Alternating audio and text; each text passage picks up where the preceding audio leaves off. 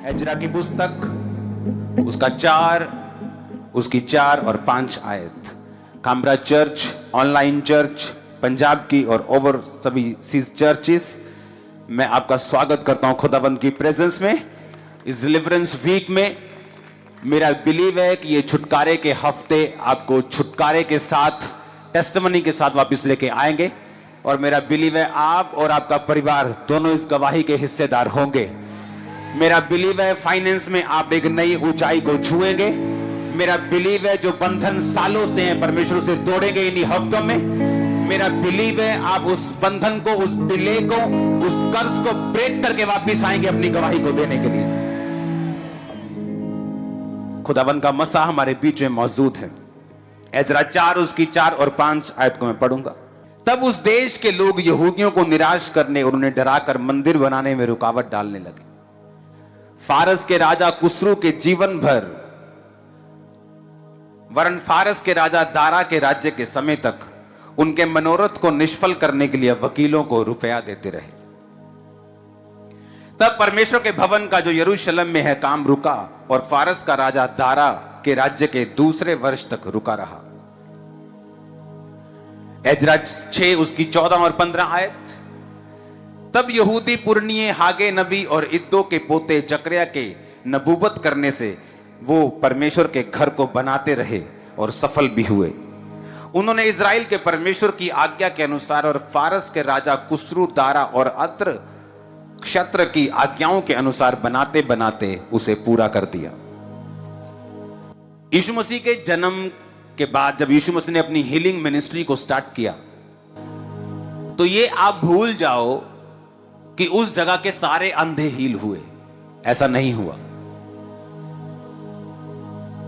Bible कहती बहुत से लोग अंधे और लूंगे, लूले और लंगड़े सड़कों पर भीख मांगते थे, लेकिन उनमें से एक अंधा बर तिमाई जो था वो पुकारने लगा परमेश्वर को, और इतना पुकारा, चेलों ने चुप कराने की कोशिश की, पब्लिक ने चुप कराने की कोशिश की, और बाइबल कहती वो लगातार पुकारता रहा।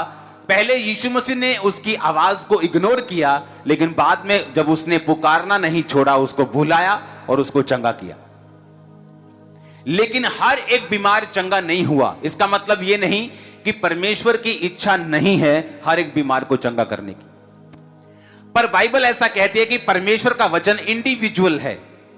वो आपको व्यक्तिगत रूप के ऊपर स्वीकार करना पड़ता है ताकि आपकी लाइफ में परमेश्वर व्यक्तिगत रूप में काम करें।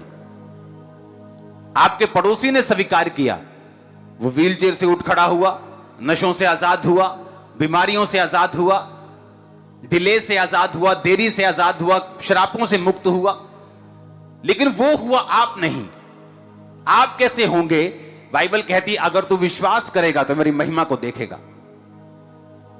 अब जब हर एक व्यक्ति चंगा नहीं हुआ, वही व्यक्ति चंगे हुए जिन्होंने यीशु मसीह की उस पावर के ऊपर विश्वास किया, जिन्होंने यीशु मसीह को व्यक्तिगत रूप से पुकारा, जिन्होंने कहा है यीशु नासरी दाऊद की संतान है, प्रभु मुझ पे दया कर, मुझे चंगा कर, मुझे विश्वास है तो मुझे चंगा कर सकता है। वही लोगों को परमेश्वर ने चंगा किया। बाइबल में यहां तक भी लिखा हुआ है कि प्रभु यीशु मसीह कुछ जगह के ऊपर बड़े काम नहीं कर पाए क्योंकि लोगों के अंदर वो विश्वास नहीं था। उन्हें लगता था ये तो हमारे बीच में पला और बड़ा है, क्या इसकी बहनें हमारे बीच में नहीं रहती, क्या इसके भाई हमारे बीच में नहीं रहते? बाइबल कहती है उसके अपने नगर ने ठोकर खाई, और प्रभु यीशु मसीह ने उस नगर में सिर्फ कुछ बीमारों पर हाथ रख के उनको चंगा किया, बल्कि बड़े सामर्थ के काम उस नगर में नहीं किए। इसका मतलब यह है वो नगर छुटकारे को नहीं प्राप्त कर पाया।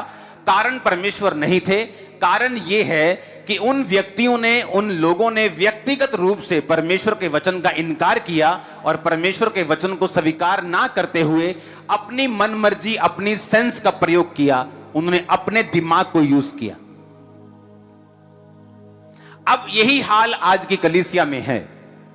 बेशक आप चर्च में आते हो, आप क्रिश्चियन हो, लेकिन इसका मतलब यह नहीं कि आप छुटकारे के नीचे होंगे। आपको अगर छुटकारा चाहिए, आपको वचन की नॉलेज चाहिए। जिस तरह पिछले हफ्ते मैंने आपको बताया था कि अगर आप जीवित चर्च का हिस्सा नहीं हैं तो आप छुटकारे के करीब नहीं जा सकते। अगर कोई छुटकारे के करीब जाएगा भी, उसे बहुत अधिक एक्स्ट्रा मेहनत लगती है और टाइम लगता है। उस लेवल तक पहुंचने के लिए जहां वो जीवित चर्च के अंदर आकर थोड़े ही महीनों और सालों में अचीव कर सकता है। अब यहां पर एजरा में क्या लिखा है? लिखा, जब परमेश्वर का घर बन रहा था तो लोग रुकावट डालने लगे, वकीलों को पैसा दे देकर अलग अलग तरह की बातें बनाकर रुकावट डालने लगे। और बाइबल कहती परमेश्वर के काम को रोका। और उसके बाद 2 नबी आए और उन नबियों ने हागे और इद्दो के पोते जकरिया और इद्दो, हागे नबी ने नबूवत की।